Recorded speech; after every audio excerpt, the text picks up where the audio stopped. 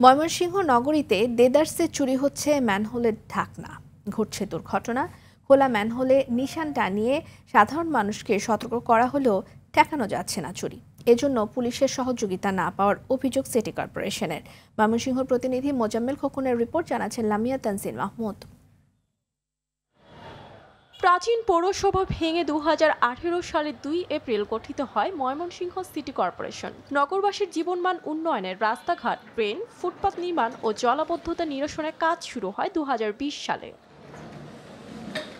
সড়ক ও ফুটপাতে উন্নয়ন কাজ চলার সঙ্গে সঙ্গে অহরহ চুরি হতে থাকে ম্যানহোলের ঢাকনা। 2023 সালের 3 মাসে 80 লাখ টাকার ঢাকনা চুরি বেশ আলোচনার জন্ম দিয়েছিল। এরপরও টনক নড়েনি কর্তৃপক্ষের। এখনও প্রতিদিন গড়ে 5 থেকে 7টি করে ঢাকনা চুরি হচ্ছে। চোরের কাছ থেকে 5 থেকে 10 হাজার টাকা দরে কিনে নিচ্ছে ভাঙাড়ি ব্যবসায়ীরা। আমার ছেলে ম্যানহোলে পড়িয়া তার গলা পর্যন্ত নিচে গেছিল গা।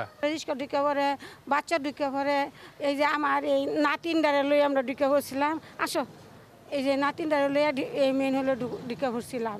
কিন্তু এই ম্যানুয়াল ঢাকনা যে না, এত বড় ঢাকনা, আমার মতো দুজন লোক পড়বে। এই সমস্যা যদি সরকার যদি দেখে বা সিটি কর্পোরেশন দেখে, বাচ্চাদের জন্য ভালো হয়, পরিবাররা একটু নিশ্চিন্তে থাকতে পারে বাসা বাড়ি। চুরি ঠেকাতে কংক্রিটের ঢাকনা ব্যবহারের কথা ভাবছে সিটি কর্পোরেশন।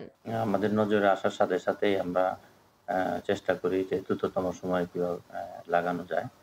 তবে লোড বিয়ারিং যে মেইন রোডে যেগুলো, এগুলো আমরা আসলে ইচ্ছা করলেই সাথে সাথে লাগাইতে পারি না, কারণ এটা ঢাকা থেকে অর্ডার দিয়ে বানিয়ে নিয়ে আসতে হয়। এটা প্রতিরোধ করতে আমরা ইতিপূর্বে 2 বার আমরা পুলিশ প্রশাসনকে জানিয়েছি, যাতে তাকে পেট্রোলটা বাড়ানো হয় চুরি প্রতিরোধে। এদিকে ম্যানহোলের ঢাকনা চুরির কোনো অভিযোগ না পাওয়ার কথা জানালেন কোতোয়ালি থানার ভারপ্রাপ্ত কর্মকর্তা। আমি সাম্প্রতিককালে জয়েন করার পরে মেনহোল চুরি হয়েছে এমন কোনো স্পেসিফিক অভিযোগ আমরা থানায় পাই নাই।